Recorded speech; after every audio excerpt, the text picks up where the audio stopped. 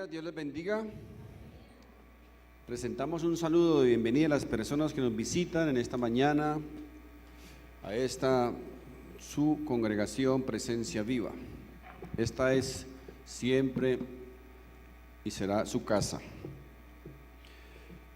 El tema que vamos a tratar en esta mañana le he titulado Los que no son. En el transcurso de la enseñanza se van a dar cuenta por qué he titulado este tema así. Vamos a ir, por favor, allá al final de la Biblia está la primera carta del apóstol Juan, por favor. Primera carta del apóstol Juan.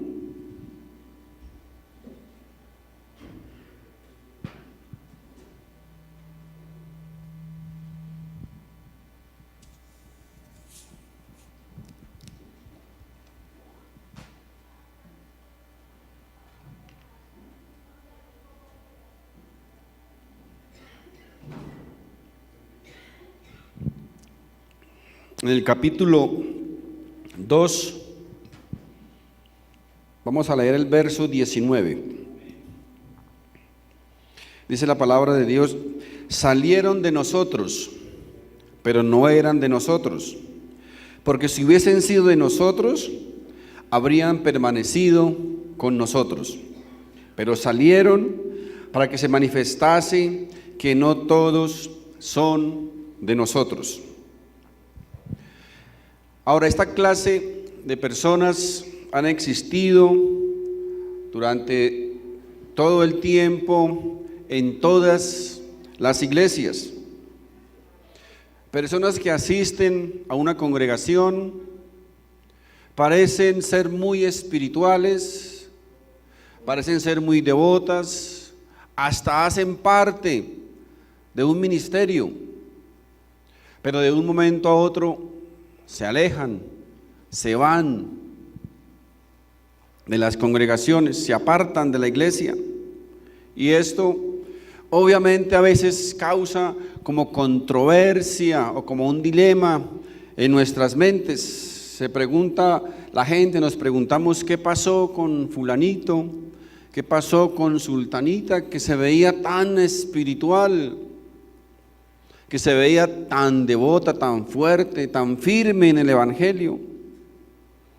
Vamos hoy a aprender a través o a la luz de la palabra de Dios por qué sucede eso, porque hay personas que se van, se alejan de las iglesias, se alejan del evangelio, cuando aquí la palabra nos dice que no todos son de nosotros. Se refiere a hijos de Dios.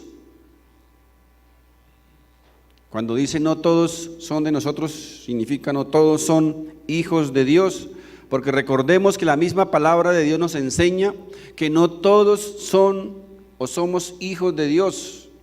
Una cosa es ser hijo de Dios y otra cosa es ser creación de Dios. Dios creó vacas, burros, gatos, perros, pero por el hecho de crearlos no son sus hijos. Entonces, no toda la creación de Dios, dice la Biblia, son hijos de Dios. Solo aquellos, dice la palabra, aquellos que han recibido a Cristo como su Señor, les dio esa potestad de ser llamados hijos de Dios. Eso lo encontramos en el Evangelio de Juan. Por favor, vamos a mirar el Evangelio de Juan, en el capítulo 1.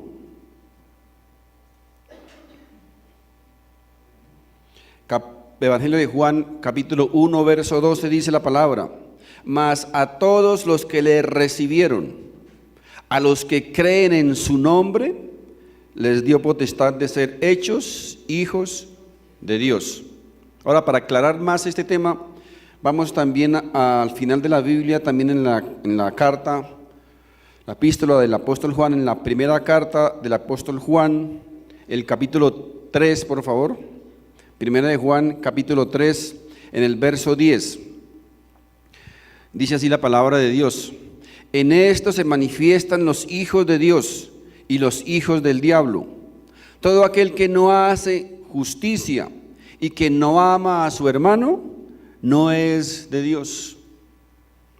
Si queremos completar o complementar, volvemos nuevamente a Juan, donde estábamos anteriormente, en el capítulo 8, el verso 44, nos dice también la palabra de Dios: vosotros sois de vuestro padre el diablo, y los deseos de vuestro padre queréis hacer. Esto les dijo Jesús a un grupo de fariseos que sabían muy bien que no eran hijos de Dios. Les dijo: vosotros sois de vuestro padre el diablo, y los deseos de vuestro padre queréis hacer. Así que como se podrán dar cuenta, la Biblia presenta a unos hijos de Dios y a otros que no son, sino que son hijos, dice la palabra, del diablo. Ahora, ¿cómo se diferencian? La Biblia dice que los hijos, o que esos hijos quieren hacer la voluntad de su padre. Los que son hijos de Dios desean, anhelan hacer la voluntad de Dios su Padre. Los que son hijos del diablo, pues anhelan y quieren hacer la voluntad del diablo, que es su padre.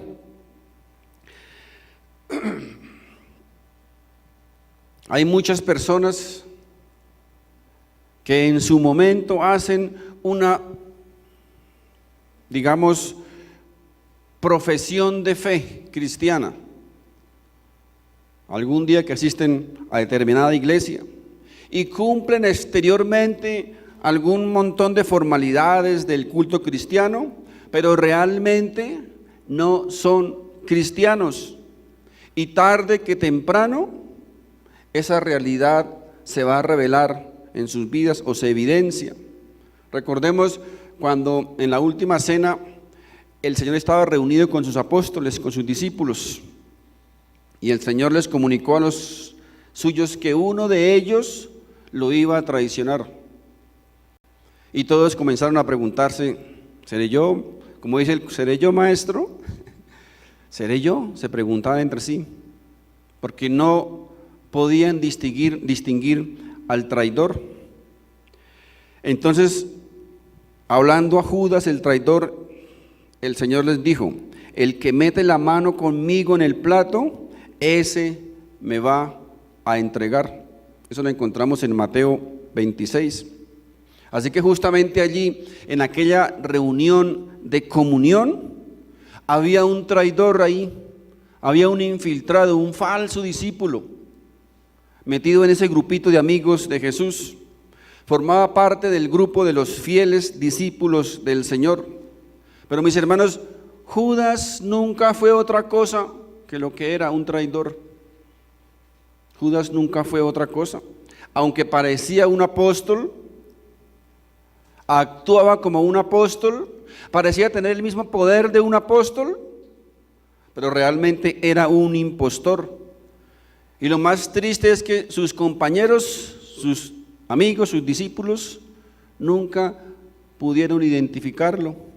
Estuvo infiltrado todo el tiempo allí en ese grupito de amigos del Señor Jesucristo. Y aquí en esta epístola el apóstol Juan dice: salieron de nosotros, pero no eran de nosotros. Es decir, que exteriormente parecían ser de los nuestros, pero interiormente no lo eran. Y la verdadera prueba, por supuesto, es, para identificarlos, la verdadera prueba es la palabra de Dios. La predicación del Evangelio es la prueba para identificarlos. Este hecho, mis hermanos, cobra actualidad hoy día en cada una de nuestras vidas. Cada uno de nosotros deberíamos preguntarnos: ¿qué he hecho frente a mis pecados? ¿Qué he hecho frente al pecado? ¿Los he reconocido delante de la cruz del Señor Jesucristo? ¿He acudido a Dios verdaderamente en arrepentimiento, confesando mi culpabilidad y reconociendo mi pecado delante de Dios? ¿Me he abandonado a Él y solamente a Él, a Jesús, para recibir mi salvación? ¿He mostrado evidencias en mi vida, de que soy un hombre o una mujer diferente, que he sido transformado por el poder de Dios. Amo la palabra de Dios, me gusta escuchar la palabra de Dios, me gusta estudiar, escudriñar la palabra de Dios. ¿Es la palabra de Dios un alimento sólido para mi vida? ¿Me llena? ¿Es suficiente la palabra de Dios? ¿Es como una bebida? ¿Es como un refresco para mí la palabra de Dios? ¿O por el contrario, tal vez me aburre, no la resisto? Amo a mis hermanos, quiero estar con ellos. Estos, mis hermanos, realmente son factores que necesitamos considerar y que necesitamos evaluar interiormente, porque la palabra de Dios nos exige plantearnos estas preguntas a cada uno de nosotros. Mire, entre todas las creencias, ordenanzas, ritos de las iglesias cristianas en las que usted crea o las que usted cree y practique, la pregunta más importante, la pregunta esencial que debemos hacernos es: ¿he experimentado un nuevo nacimiento? Es decir, ¿he nacido espiritualmente? ¿He sido transformado? Porque la cuestión básica que debemos responder es: ¿soy realmente una nueva creación? Porque eso es lo que enseña la palabra de Dios, esa es la evidencia de ser un hijo de Dios, que yo he experimentado una nueva creación. Lo que era antes pasó. Dice que Cristo hace en nosotros nuevas todas las cosas. Esa es la experiencia de un nuevo nacimiento. Pablo escribió a los corintios, de los cuales él tenía algunas dudas o evidencias de que muchos de ellos no eran verdaderos hijos de Dios, y les escribió lo siguiente en la segunda carta a los Corintios, en el capítulo 13, por favor. Segunda de Corintios, capítulo 13, verso 5, el apóstol Pablo le escribió lo siguiente: examinaos a vosotros mismos para ver si estáis firmes en la fe. Probaos a vosotros mismos, ¿o no conocéis en cuanto a vosotros mismos que Jesucristo está en vosotros? Dice, a menos que ya estéis reprobados, es decir, a menos que no sean lo que dicen ser. Así que, mis queridos hermanos, hoy la palabra de Dios te habla a ti y te pregunta: ¿cómo estás llevando tu vida cristiana? ¿Qué estilo de vida estás llevando? ¿Eres realmente un hijo de Dios? ¿Hay evidencias fuertes para creer que realmente eres un hijo de Dios? Y aquí en esto no estamos hablando de si hemos cometido o no algún pecado, no. Lo que está hablando aquí es qué ha pasado después de haber cometido el pecado. ¿Cómo es nuestra actitud? ¿Cómo es nuestro comportamiento? ¿Continuamos practicándolo? ¿Continuamos actuando de la misma manera? ¿Recuerdan la parábola del hijo pródigo? Donde nos dice la parábola que el hijo pródigo llegó a caer a una posilga. Dice, hasta que él entendió y él volvió en sí, comprendió la situación y se arrepintió y volvió a la casa de su padre, porque allí donde estaba no era su residencia. Esa no era su naturaleza. Mis hermanos, el Hijo de Dios, el verdadero Hijo de Dios, después de que peca, va a regresar a Dios en arrepentimiento, generalmente con lágrimas en sus ojos, porque le duele en su corazón no el castigo, sino le duele en su corazón el haber ofendido a Dios. Y va a volver, repito, en arrepentimiento. Eso hace un verdadero hijo de Dios. Si no es así,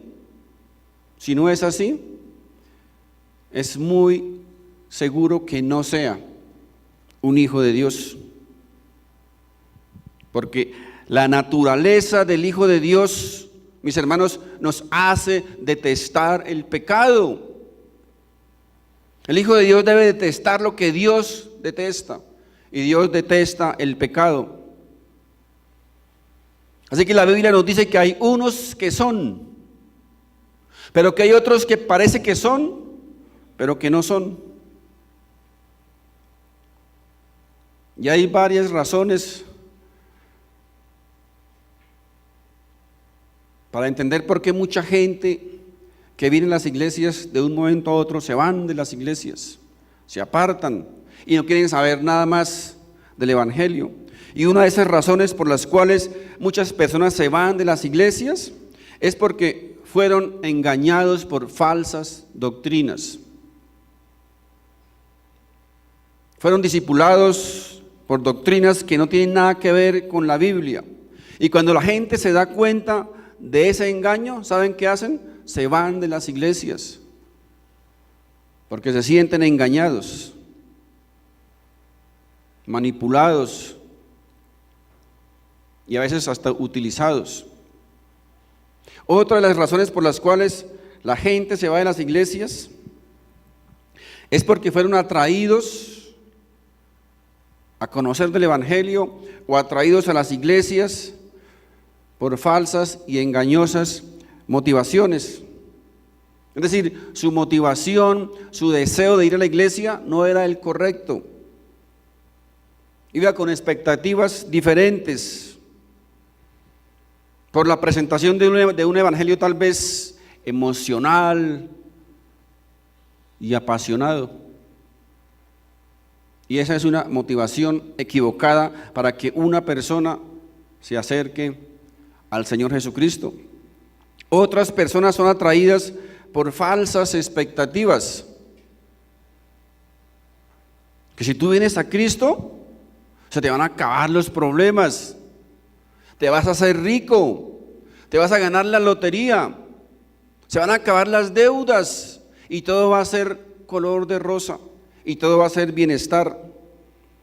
Mis hermanos, cuando esa motivación es por algo personal o material, son personas que al final resultan yéndose de las iglesias, porque esa no es la motivación correcta para buscar o para acercarnos a Dios. Otros son atraídos por señales y por milagros sobrenaturales, que hoy, mis hermanos, abundan en muchas iglesias, en muchas congregaciones. Hoy podemos ver inclusive afiches, publicidad en las redes, en los medios sociales, como palabras como, por ejemplo, venga por su milagro, venga y sienta el poder de Dios. Ahora la pregunta es, si no recibe su milagro, si no siente el poder de Dios, entonces, ¿qué pasa? Ahí vienen los cuestionamientos de mucha gente. ¿Será que Dios no tiene el poder para ayudarme? ¿Será que Dios no tiene el poder para suplir esa necesidad? ¿Será que Dios no es poderoso? Mis hermanos, quiero decirles que Dios sí es poderoso y Dios sí tiene el poder para ayudarnos. Lo que pasa es que Dios no se presta para esas payasadas. Dios no actúa de esa manera. Esta clase de mensajes y de predicaciones enfatizan solamente las señales, los milagros. ¿Saben por qué? Porque eso atrae a la gente. Obvio que atrae a la gente. ¿Quién no necesita un milagro? ¿Quién no necesita que sus finanzas se multipliquen? ¿Quién no necesita tener bienestar? ¿Quién no necesita pagar sus deudas? ¿Quién no necesita ser sanado de una enfermedad? Todo el mundo necesitamos de esas cosas.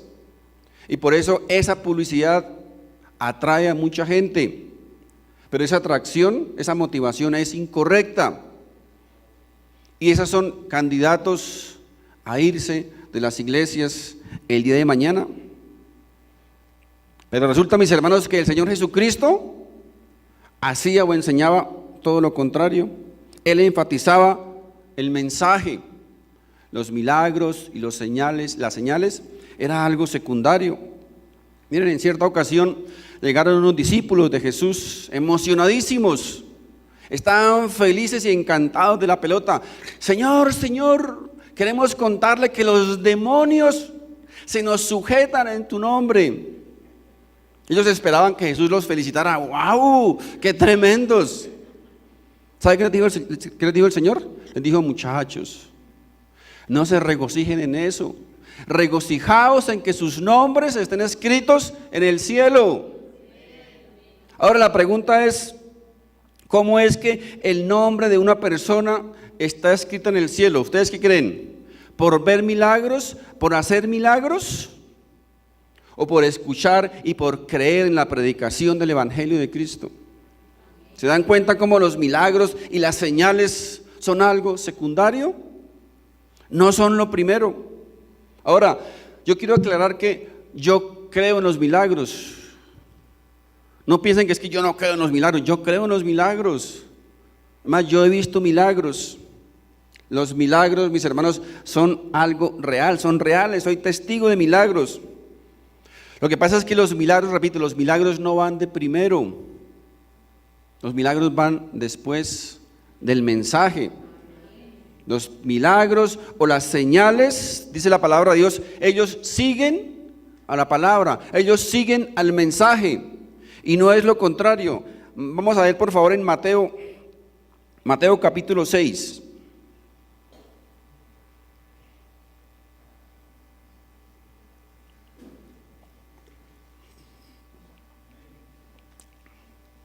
Miren, Mateo 6:31 dice: por tanto, no os afanéis diciendo, ¿qué comeremos?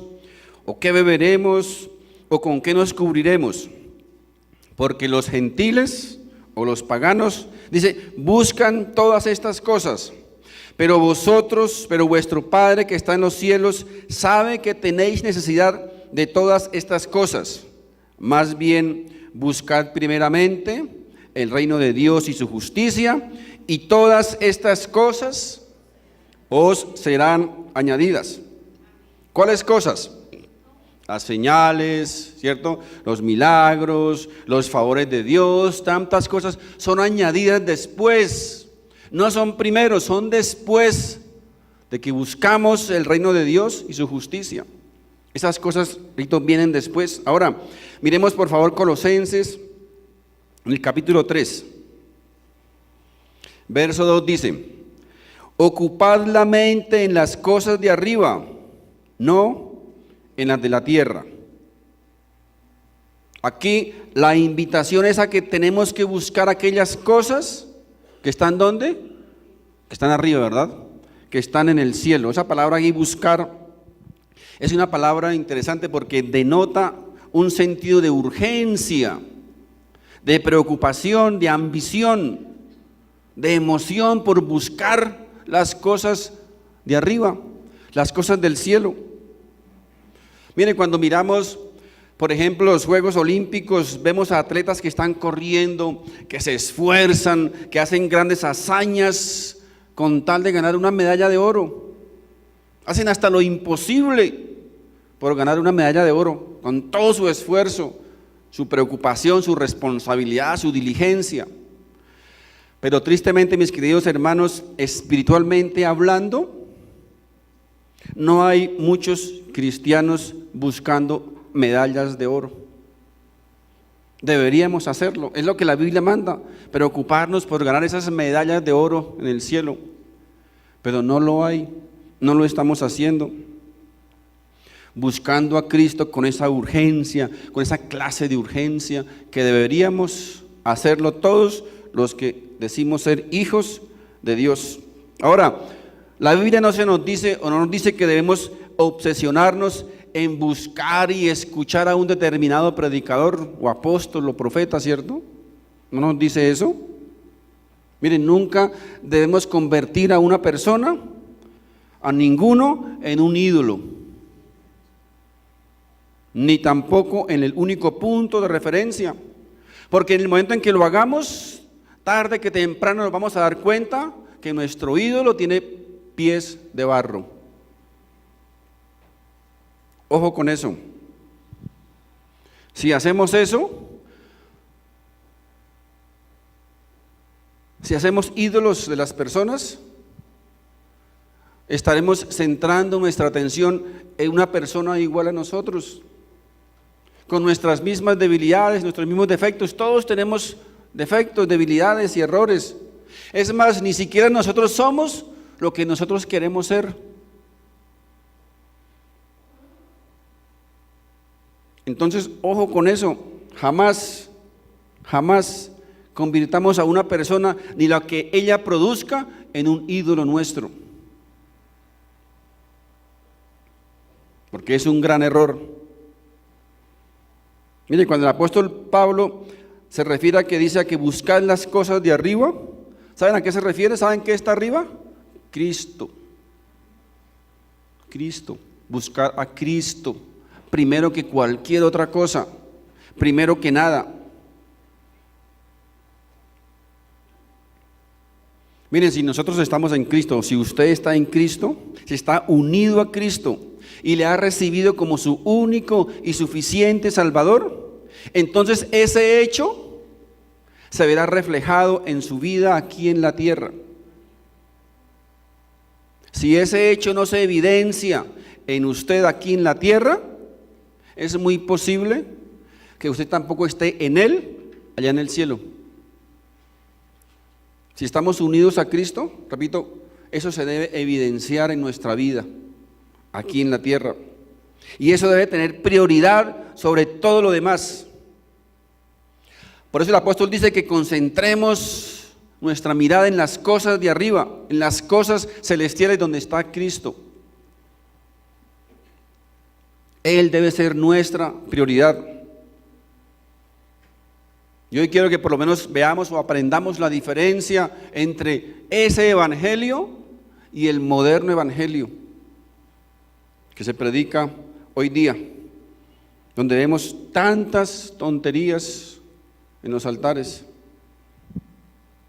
Y les decía, la gente que sigue a estos pseudomaestros, en el momento en que ellos se den cuenta del engaño, en el momento en que ellos se den cuenta del verdadero evangelio, ¿saben qué pasa? Salen corriendo de las iglesias y no quieren saber nada más de las iglesias, porque se sienten traicionados y engañados. Son personas, son candidatos a desertar de las iglesias. ¿Recuerdan la ocasión cuando Jesús alimentó a 5,000 personas? Que realmente eran como 15,000, porque ahí no están contados los niños ni las mujeres. Dice la historia que cuando la gente vio ese tremendo milagro, porque fue un tremendo milagro, con 5 panes y 3 peces alimentó a 15,000 personas. O sea, fue un tremendo milagro. Dice la Biblia que cuando la gente vio ese milagro, quisieron agarrar a Jesús para hacerlo su rey, para hacerlo su jefe. Y entonces miren lo que hizo Jesús. Eso está en el Evangelio de Juan, en el capítulo 6. 6:15 dice: como Jesús entendió que iban a venir para tomarle por la fuerza y hacerle rey, se retiró de nuevo al monte, él solo, él solito. Ahora, la pregunta es, ¿no era esa una gran oportunidad para que Jesús se mostrara a esa gente? ¿Para que les mostrara el poder que él tenía? ¿Para que les mostrara que era verdaderamente el Hijo de Dios? Y para que recibiera toda la ovación de aquella gente por tremendo milagro. Pero Jesús hizo lo contrario, todo lo contrario a lo que hoy día muchos quieren hacer. Dice que él se retiró, se escabulló solito. ¿Por qué no haría caer truenos del cielo, rayos del cielo, escarcha del cielo para mostrar su poder? No. Fíjense la manera en que Dios, en que Jesucristo actuaba y se comportaba. ¿No es acaso muy diferente a lo que estamos viendo hoy día? ¿Qué hizo el Señor Jesucristo? Se esfumó rapidito.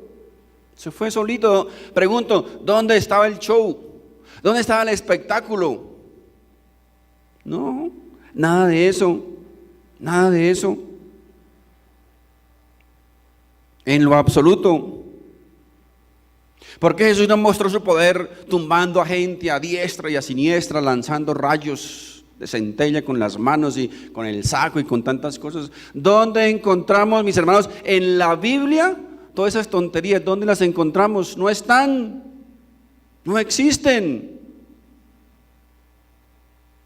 Fíjense, mis hermanos, que el evangelio antiguo es muy diferente al moderno evangelio. Algo ha sucedido.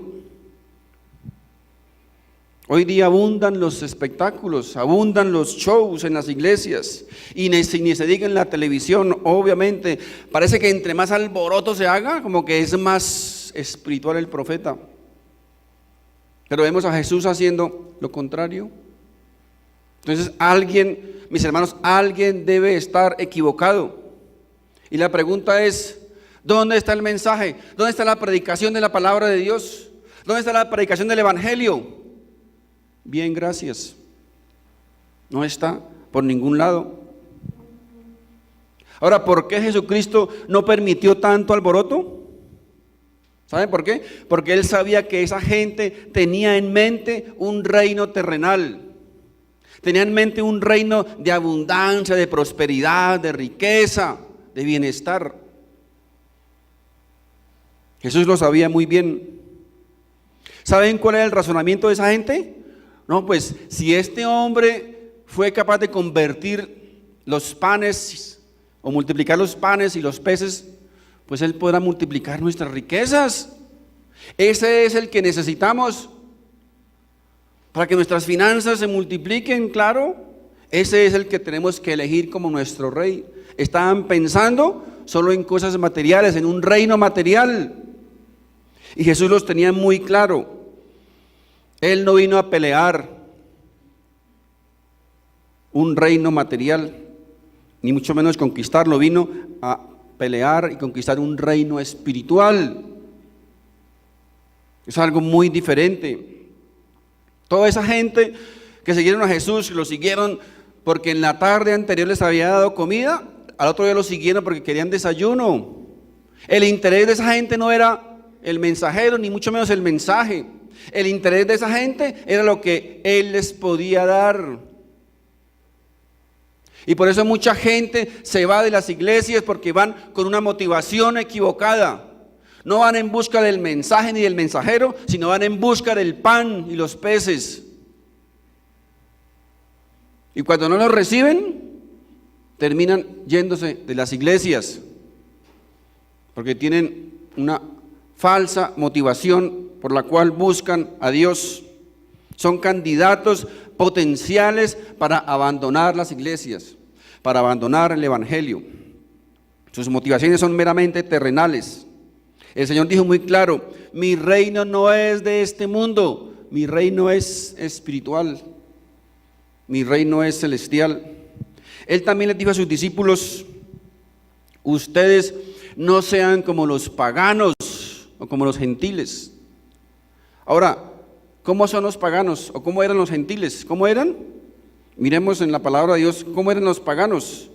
Creo que ya lo leímos. Mateo 6:31 dice: por tanto no os afanéis diciendo qué comeremos o qué beberemos o con qué nos cubriremos, porque los gentiles o los paganos, dice, buscan todas estas cosas, pero vuestro Padre que está en los cielos sabe que tenéis necesidad de todas estas cosas. Más bien buscad primeramente el reino de Dios y su justicia, y todas esas cosas os serán añadidas. ¿Aprendieron qué buscan los paganos y los gentiles? ¿Qué comeremos? ¿Qué beberemos? ¿Qué vestiremos? ¿Cuál será nuestro futuro? Etcétera, etcétera. Dice el Señor, esas cosas son de los paganos y los gentiles. Les dijo o nos dice a nosotros: no se preocupen por esas cosas, no busquen esas cosas, busquen primeramente el reino de Dios, búsquenme a mí primero, dice el Señor, y esas cosas le van a llegar por añadidura. Esas cosas, bien, cosas, llama el Señor. Dice, pero por favor, no anden, no corran detrás de ellas. No corran detrás de ellas. Pero mis hermanos, tal parece que hoy día ha ocurrido una metamorfosis. Se está enseñando, corran detrás de ellas, búsquenlas, anhélenlas. Pero no el reino de Dios y su justicia. Fíjense cómo se ha invertido el mensaje. Es muy diferente. Ese mensaje, ese evangelio es muy diferente al moderno evangelio. En un momento tuvo que ocurrir una metamorfosis y cambió. Porque al comienzo, mis hermanos, al comienzo no fue así.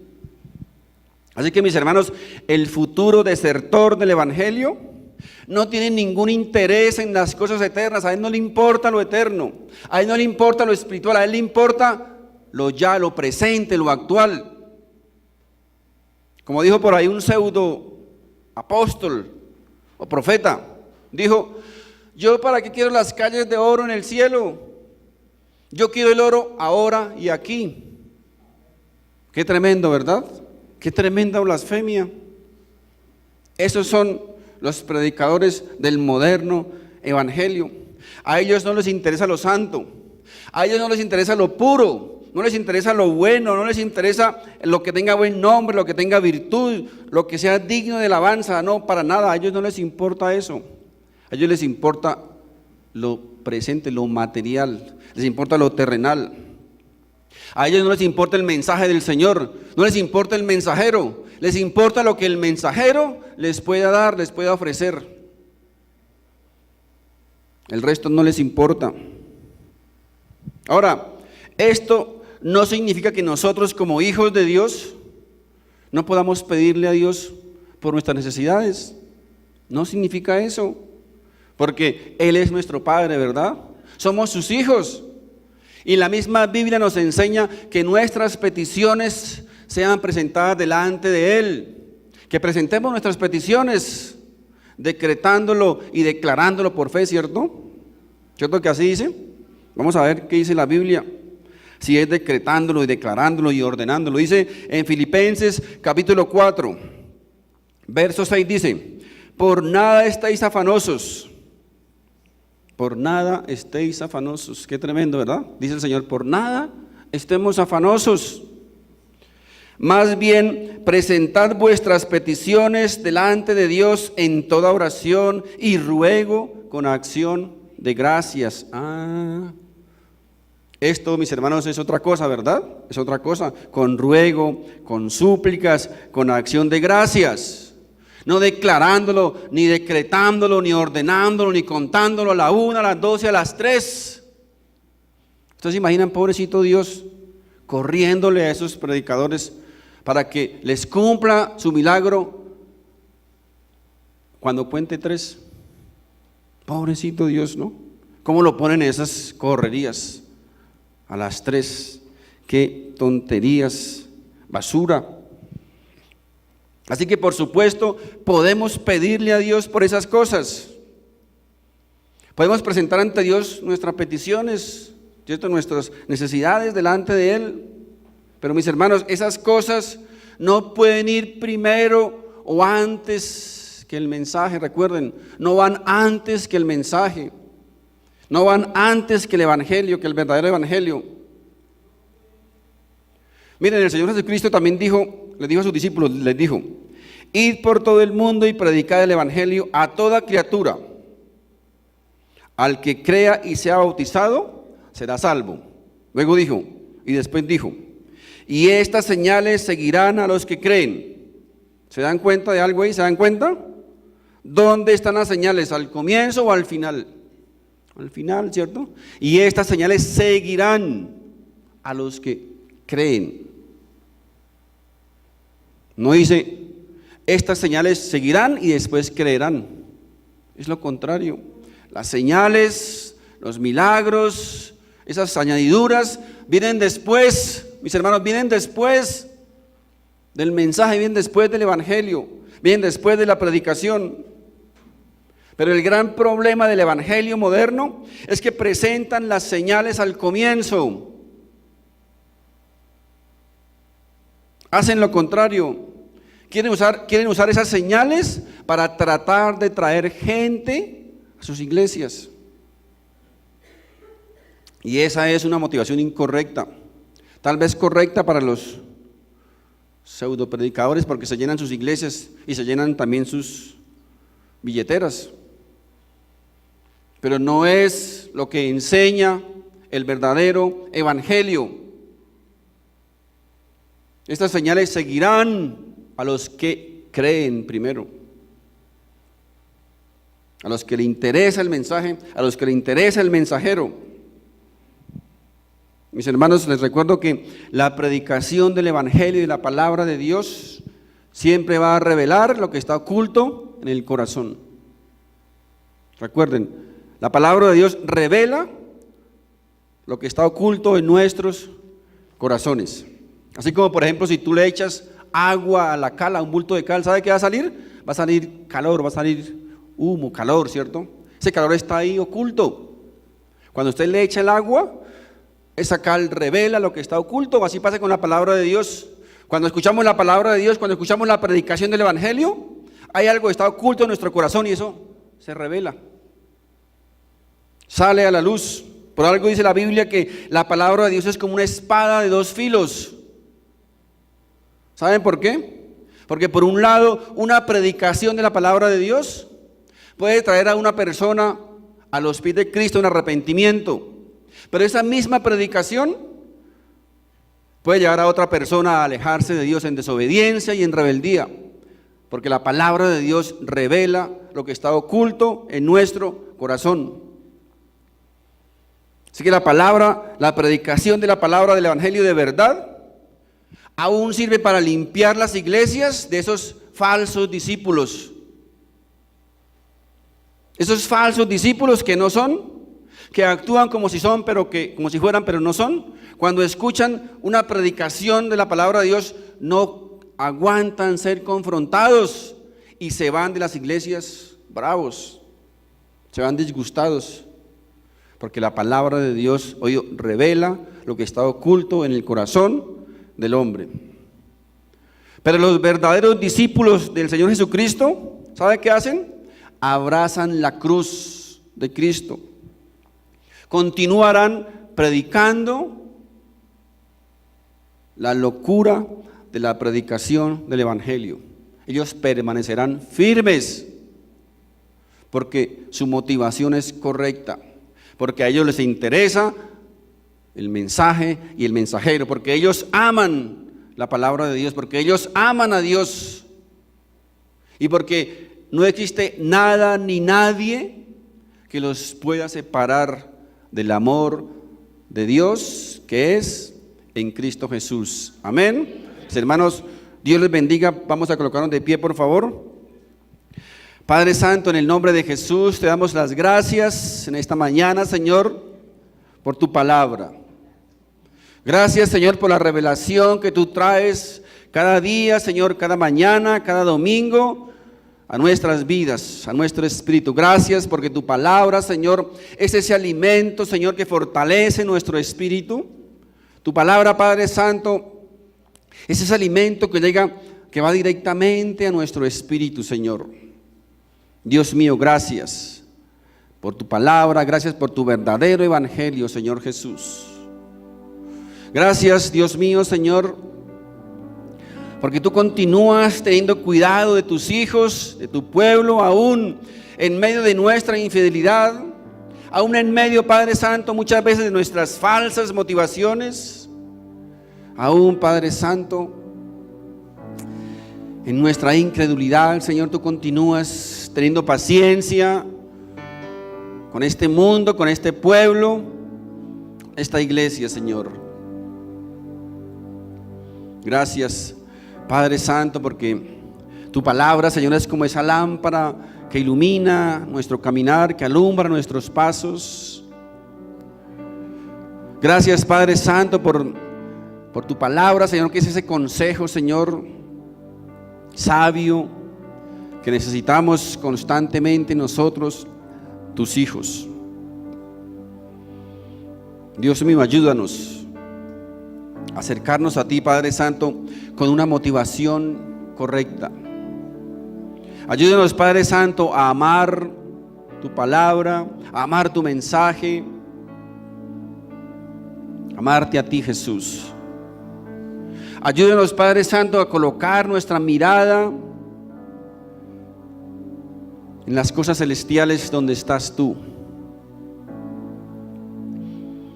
y a quitar nuestros ojos de esas cosas, como tú llamas, señales, milagros, favores, Padre Santo, de los cuales tú sabes que tenemos necesidad, pero tal vez, Señor, hemos invertido en las prioridades, tal vez estamos detrás de esas cosas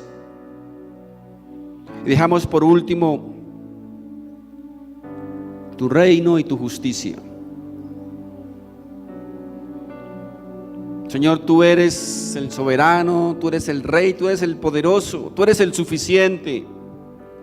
Tú tienes el poder, Padre Santo, para aún dar vida a lo que está muerto. Tú eres el todopoderoso. Y eso, Señor, nos debe ser más que suficiente.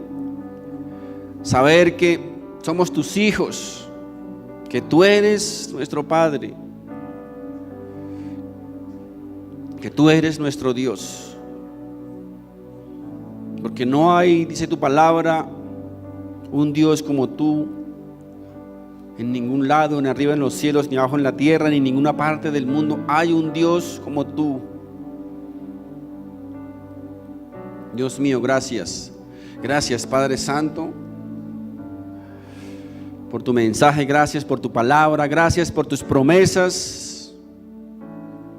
Que aún en medio de nuestra infidelidad, de nuestra incredulidad, de nuestra desobediencia, tú continúas siendo fiel, tú continúas guardándonos, protegiéndonos, tú continúas trayendo, Señor, la provisión para nuestra casa, a veces poquita, a veces en abundancia, Señor. Pero tú guardas, pero tú cuidas de tus hijos.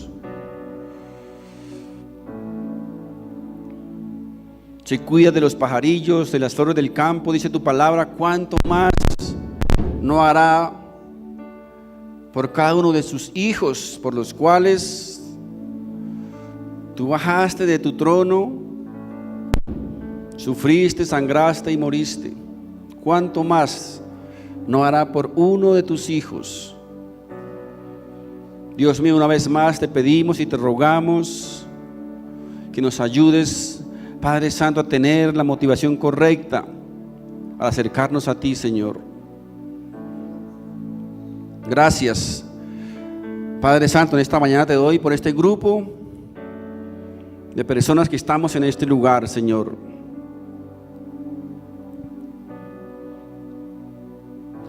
Algunos hijos tuyos, tal vez otros no. Ojalá, Señor, pudiésemos decir que todos los que estamos aquí hoy somos tus hijos. Padre Santo, pero yo hoy te ruego, hoy oro a ti, Señor. Hoy suplico, Padre Santo, por la vida de cada uno de los que estamos en este lugar, Señor. Los que somos tus hijos, Padre Santo, gracias. Ayúdanos. Ayúdanos a seguir adelante, Padre Santo. Que nada ni nadie nos pueda hacer tambalear. Y los que no son, Padre Santo, ruego por ellos, para que tú toques el corazón de cada uno de ellos, Señor. Para que tú coloques la motivación correcta en sus corazones. Para que tú hagas entender, Señor, que esas cosas, como tú llamas, van en segundo lugar o en tercero. Que tú eres lo más importante, que tú eres la prioridad, que tú eres suficiente, que tú eres nuestro todo. Y que puedan entender, Señor, que separados de ti nada podremos ser ni hacer. Nosotros somos esas hojas y tú eres el tallo. Para que podamos dar fruto, tenemos que estar unidas a ti, que eres el tallo, que eres la vid, que eres la vida. Dios mío, gracias. Gracias, Padre Santo, por tu palabra. Gracias por tu gracia y por tu misericordia. Yo quiero invitar a los que estamos aquí en esta mañana, si hay alguien que nos visite por primera vez, que es la primera vez que viene a una iglesia, yo quiero invitarte para que ahí donde está con los ojos cerraditos, yo quiero guiarle en una oración. No es una oración que tenga magia ni nada por el estilo. Es una oración que si expone lo que está en su corazón, Dios le va a oír, Dios le va a ayudar, Dios le va a salvar, si lo hace de corazón. Repita: Señor Jesús, yo reconozco que soy pecador. Reconozco que he estado buscando la respuesta por lugares equivocados. Reconozco que tal vez he estado detrás de cosas, de señales, de milagros, de favores. Pero hoy me arrepiento. Y hoy reconozco, Señor, que tú eres lo primordial, que tú eres lo más importante, y que esas cosas tal vez algún día lleguen a mi vida. Padre Santo, perdona mis pecados, límpiame con tu sangre preciosa y escribe mi nombre en el libro de la vida. En Cristo Jesús. Amén y amén.